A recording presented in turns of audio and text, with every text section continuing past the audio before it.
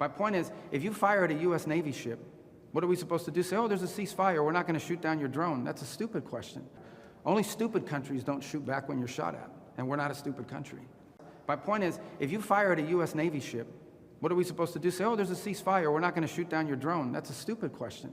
That's a stupid position to take. Of course we fired back at them. They were shooting at us. That's what I would expect to do.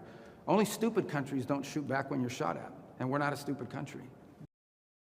Well, the red line is clear. If they threaten Americans, they're going to get blown up. I mean, that's how much clearer can you be than that? If you are a missile launching guy, whatever they call that job, and you're sitting there and you fire a missile at the United States and we saw you fire it, we're going to hit you. Of course we are. Who doesn't do that? Unless you want to get your ship sunk. I mean, we're not going to let our ships get sunk by the Iranians with their little, their drones that they're firing. They don't have a navy anymore. But they bring out these little Boston whaler fishing boats and they try to swarm you. We're going to blow those boats up if they're coming towards our boats. I don't know if that's a red line, but I hope they know it is by now. So if I were one of these Iranians on a fast boat and they tell you, hey, your mission is to go after a U.S. destroyer, you're probably not going to survive. I think that's a red line.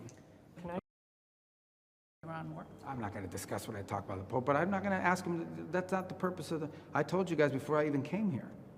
And that is that we have a very strong relationship with the fact we work with them on a lot of things around the world.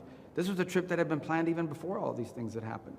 So why just as an example, why would I not want to hear the perspectives of the most important, in many cases, far-reaching, religious leader in the world on his perspectives about what he saw on his trip to Africa, or what his bishops and others and agencies are hearing in the Western Hemisphere, or the plight of Christians in Africa, but also those in Lebanon, a place that, so of course we're going to engage with them on these things. That was the purpose of our meeting, and in that realm it was very, very productive, and it was a good meeting because we were able to talk about these different areas of the world where they have a presence, where they are engaged, and we are as well, and of course find opportunities to either continue cooperating where that already exists, like in Cuba, or expand our cooperation in other places where it makes sense. Is it fair to expect?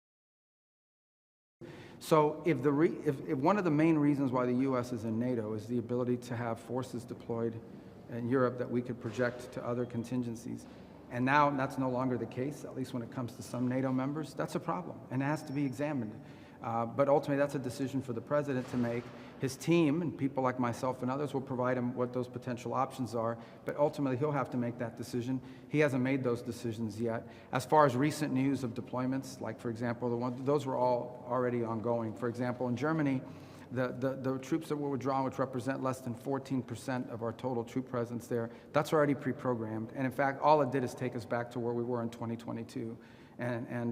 So there was always a plan to do some shifting within NATO. As far as broader changes, I don't have an announcement for you on that today, but that's a decision for the president to make.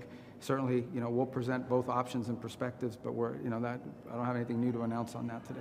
On that one, Mr. Secretary, let me clarify something for you. Our sanctions are against a company named Gaesa. Yeah. Okay. This is a holding company set up by generals in Cuba that has generated billions of dollars of revenue, none of which benefits the Cuban people. Not 1 cent of it benefits the Cuban people. You understand this, right?